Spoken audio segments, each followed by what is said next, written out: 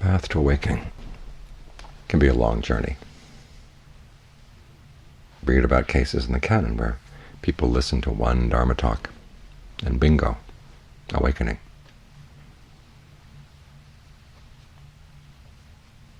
And we'd like our practice to be that way. And I must admit, I'd like to give a Dharma talk that would awaken everybody, but it hasn't happened yet.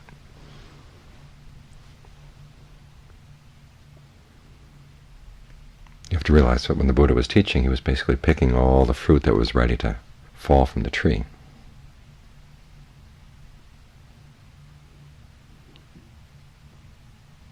But he also gave instructions for how to ripen the remaining fruit.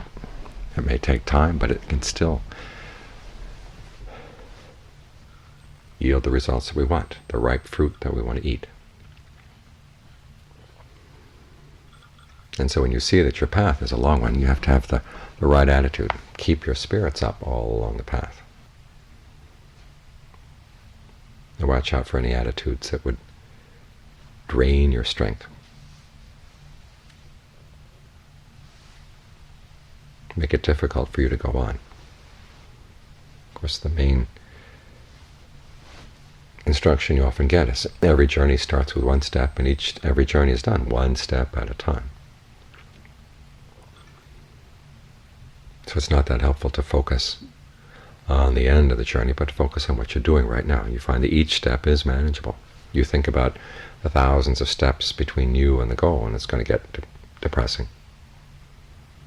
But you say, well, there's one step here, I'll take that step, and then there's the next step, you take that step, and it really does get you closer to the goal. But it's more than just that. You have to have confidence in yourself and also the right understanding of what progress means.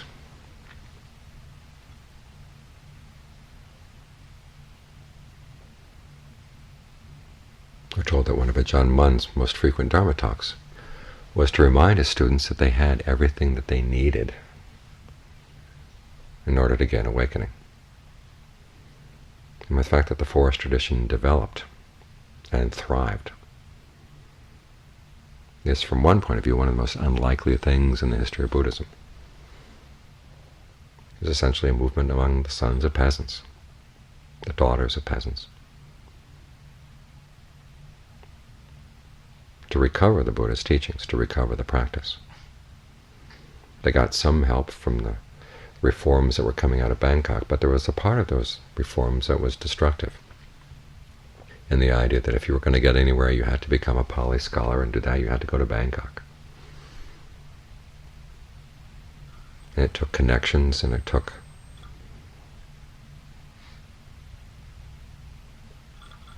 a lot of social status that a lot of these guys didn't have. I mean, everything in society said, basically, you don't have a chance. You don't have the connections you need to get anywhere. You're poor. You're uneducated.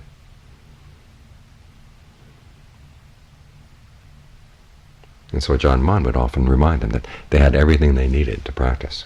You've got a body. You've got the breath coming in and out. You've got a mind. You're sane. You can listen to a Dharma talk and make sense out of it. That's all you need. Those are the building blocks. So all the resources for awakening are right here. It's simply a matter of developing them. And the image I used was of planting rice. You've got the dirt, you've got the rice plants, you've got the rice seeds. And it's going to take work, but it can be done.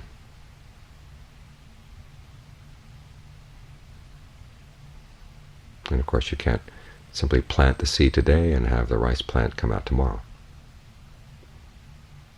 It takes time, but you have to have confidence that by planting the seed, the plants will grow.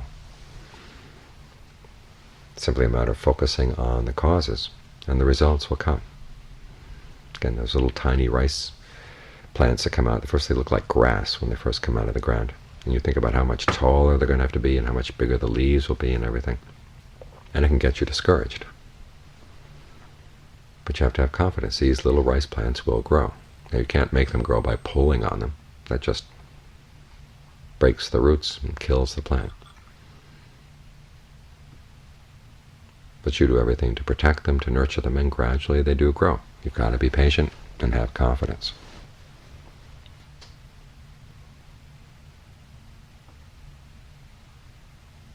At the same time, you notice these rice plants grow in the dirt, and yet they turn into rice, which is similar to another image that Ajahn Mun used to use. And this is famous all over the Buddhist world. That awakening comes like a lotus. Where does a lotus grow? It grows in the mud. It grows in stagnant pools. It grows in all kinds of disgusting places. And yet when the lotus blossom comes out, it's pure white, clean. Nothing can soil it. Water gets on the lotus blossom and it just rolls right off.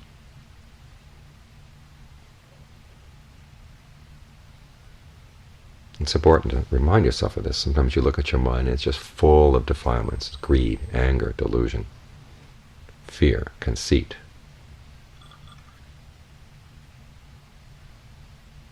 Then you wonder, how could you ever attain awakening? Well, think about the lotus. The lotus comes from the mud. It grows out of the mud. And yet there's something pure inside that can develop from the mud. And it's the only place the lotus will grow. You put the lotus in nice, clean water with no dirt at all, and it's going to die. It needs the dirt.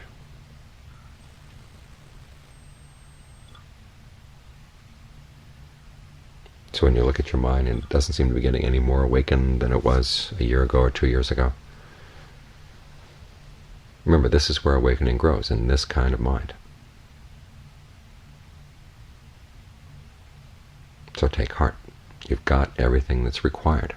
It's simply a matter of learning to be patient and learning to value the little steps along the way. Because when you look back on your practice and say, there's no progress at all, it can be for one of many reasons. One is your sensitivity has gotten greater. The things that used to not bother you or not seem to be anything wrong at all now loom larger, because your sensitivity has improved.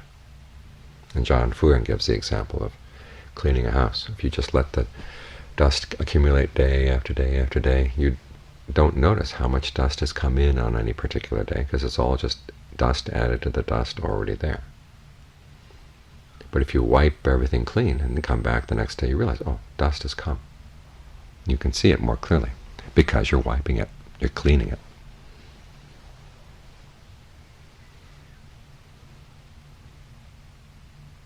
So when the mind seems more defiled than before, largely it's because you've gotten more sensitive than before.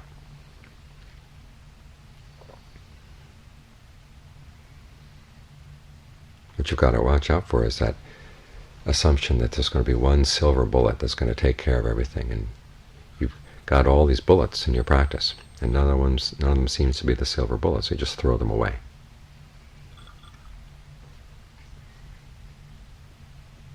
This is a misunderstanding that goes way back into Buddhist history. There was a monk in China, Sheng Hui, who said that any kind of practice gets in the way of seeing your true Buddha nature.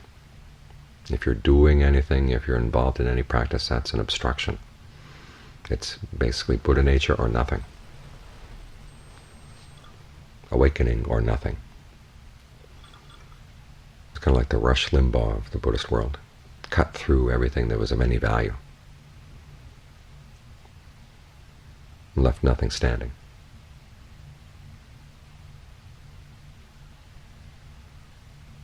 And that his attitude still seems to infect a lot of meditators today. That it's either awakening, the one solution to your problems, the one thread in the tapestry. When you pull it, the whole thing will fall apart.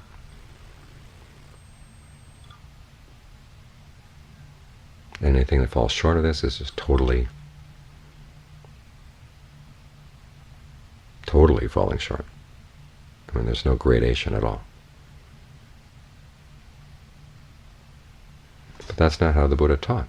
His path is a gradual one. And each step takes you closer to the goal.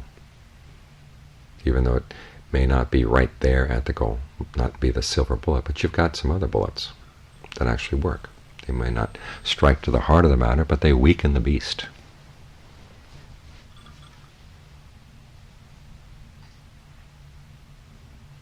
You can use several analogies to think about this. One is, it's like becoming a fighter. You don't go into the ring with a world champion right off. You start with people who are like you, at your level of fighting ability, and then gradually you work up. You figure out how to beat that particular opponent, you learn some lessons from the fight, then you take those lessons and you apply them to the next fight and the next. You're not the world champion yet, but you're working your way up.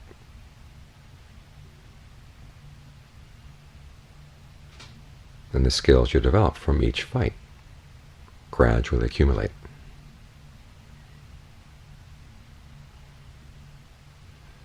Another way of thinking about it is the way acupuncturists sometimes approach a disease. There may be that one needle that'll cure a particular problem, but in order to get that one needle in that one place and for it to work, you have to prepare the patient.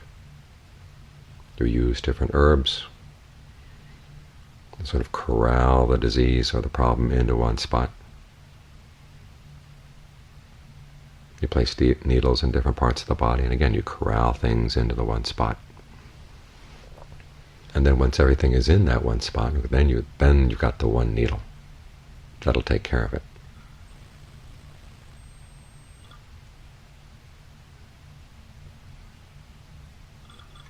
In other words, the little insights you gain along the path are valuable. They help chip away at this block of delusion. And when they chip it away, chip it away, chip it away, finally it gets so small that there's just one more chip and that's it.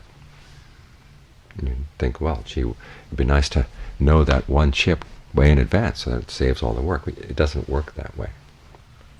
If you just did the one chip without the preliminaries, it wouldn't do anything. It's the preliminaries that set everything up.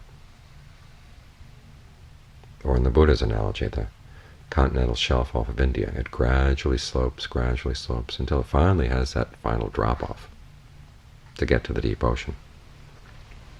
Without following the gradual slope, you don't meet up with a drop-off.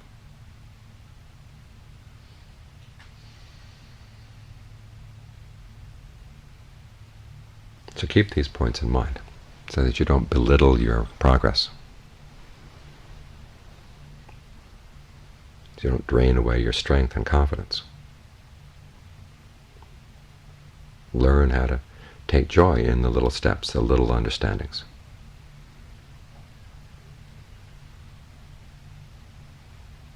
And keep coming back, coming back.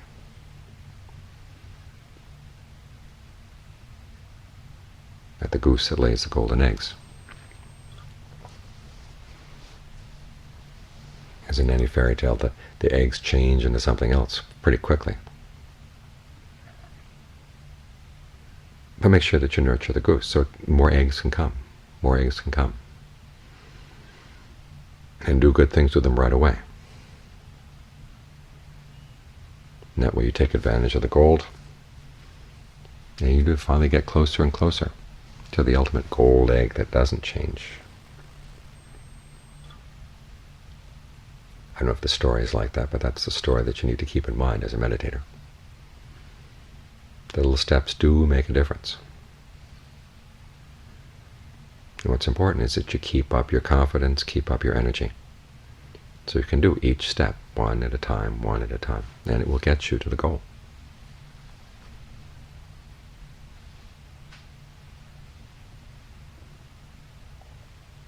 You can't make the last step without all the other steps that get you there. So value each of the steps as you make them.